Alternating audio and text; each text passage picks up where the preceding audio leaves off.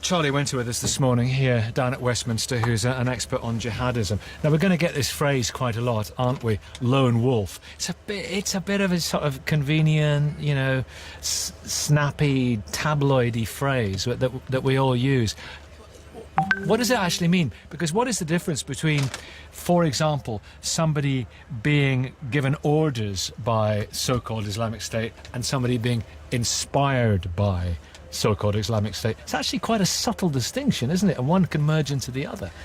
It's a subtle distinction that matters a huge amount, and it's also a distinction that terrorist organisations themselves, whether it's so-called Islamic State or Al-Qaeda, they don't want us to make that distinction. In their view, the more we bundle together the organisation and direction with things like self-starter terrorism, with people who have been inspired to carry out attacks, the better, because it makes them look scarier.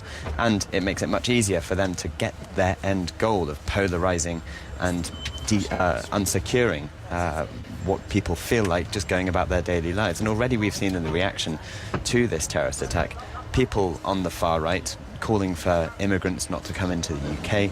I'm just watching a video earlier of a well-known figure, in the nationalist figure in the British far right, essentially blaming this on Muslim immigrants, which is, I mean, a ridiculous thing to be doing. But it's precisely what the organisation or the person behind this attack, whether it was an organisation or whether it was a person, that's the kind of thing that they want from this. They want that polarisation. But again, these are labels, far right. I mean, this man is a manifestation, the man who did this, presumably, we think, a manifestation of the Islamist far right, if you like. Yeah. Now, what's the world view? What's his world view? So, if this does turn out to be a Salafi jihadist terrorist attack, which it certainly looks like. Salafism are those people who believe they're following the example of the early followers of the Prophet of Islam, Muhammad. They believe they're living like him. They believe they're true to the precepts of the Quran. They're sort of taking it back to basics, aren't they?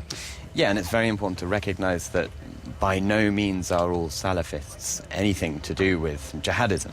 Salafi jihadism is a subset, It's a very small puritanical interpretation of that. Some would say a valid interpretation, but a puritanical interpretation. Very, very quickly, before we go to the news, so what is the worldview? The worldview is, for Salafi jihadists, is that there is an inexorable conflict between Islam, Sunni Islam, and the rest of the world, be it Christianity, be it Shia Islam, be it Judaism.